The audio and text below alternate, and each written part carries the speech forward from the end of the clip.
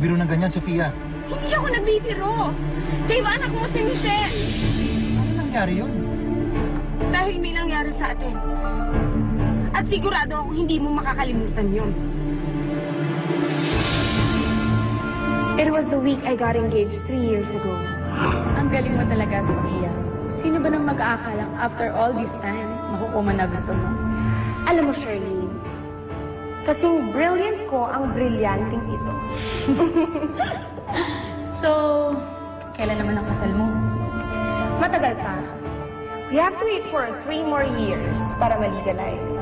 It's because of that stupid rule para ma-nullify by technicality ang previous marriage ni Michael.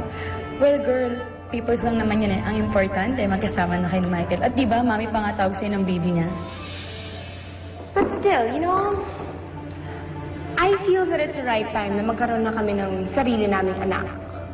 Come on, Shirley. Nakabalik na kami from America and all, hindi pa rin ako buntis. This time, I have to make sure na mabuntis na talaga ako. Ako, Sofia, napakasigurista mo talaga. Of course. Especially now that I'm fertile as hell. Wow. Bakit? Mami, bisita po kayo.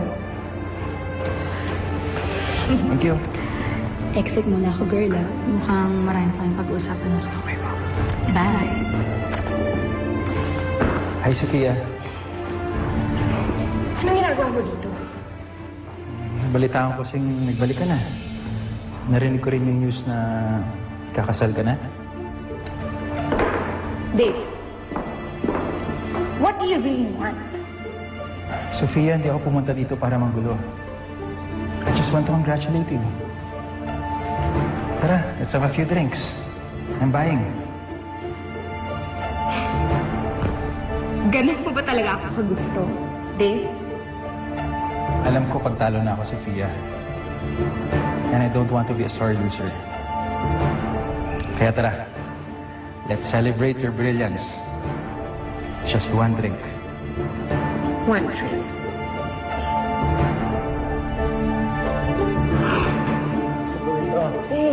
Dave, you're so easy. Alam mo kayong mga lalaki, napakadali yung paikutin.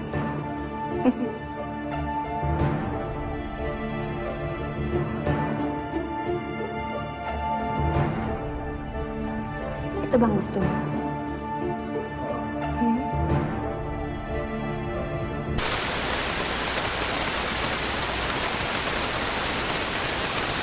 I'm sorry.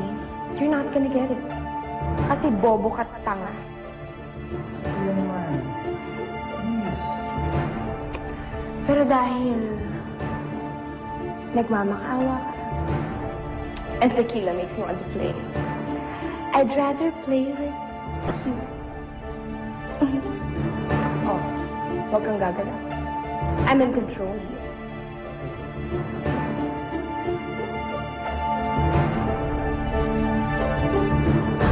Ano akala mo sa akin, gago? Nagpakatanga ako, oo. Pero hindi ako bobo. Saka isang beses lang nangyari yon. Yes, Dave, and that one time got me pregnant. Nung nagpakasal kami ni Michael, wala pang nangyayari sa amin, pero buntis na ako. Ang laman ng tiyan ko nun, si Michelle, Dave. Anak mo si Michelle. Why now? Why now after all these years? Kasi ngayon lang hiningi ng pagkakataon. Dave, you have to take responsibility in everything that you did. Pinapaalala ko sa'yo. Nakalabas si Elisa dahil sa pangingialam mo. At ngayon nawawala ang anak ko dahil kay Elisa.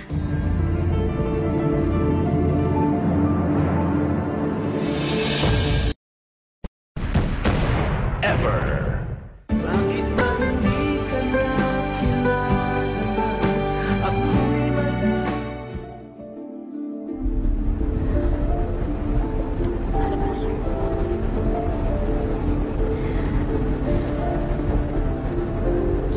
Sorry.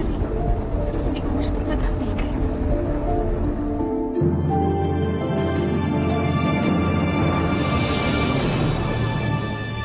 Huwag ka mag-alala. Hindi kita sasaktan. May pagagawa lang ako sa'yo. Pirmahan mo. Good. Isusubok kita kay Daddy. Sasabihin ko sa kanya. Lahat ng mga kinukuha ni Mildred. Ano dito para ipaliwanag sa'yo ang lahat. Gusto kitang makasama. Gusto kitang makausap. Hindi kita mahal! Kailangan ko makita si Elisa. If you love your life, sabihin mo sa akin kung anong dapat ko malaman. Pupunta na daw si Luis dito. Tutulungan niya tayo. Parating na siya. Akala mo may isahan mo ako, Luis? Matutuntun ko pa rin si Elisa dahil sa'yo. Bakit ba hindi ka na kilala? Ako'y malaya pa. Napakilig kayo ng mga eksenang puno ng pag-iibigan. Hatid ng ikaw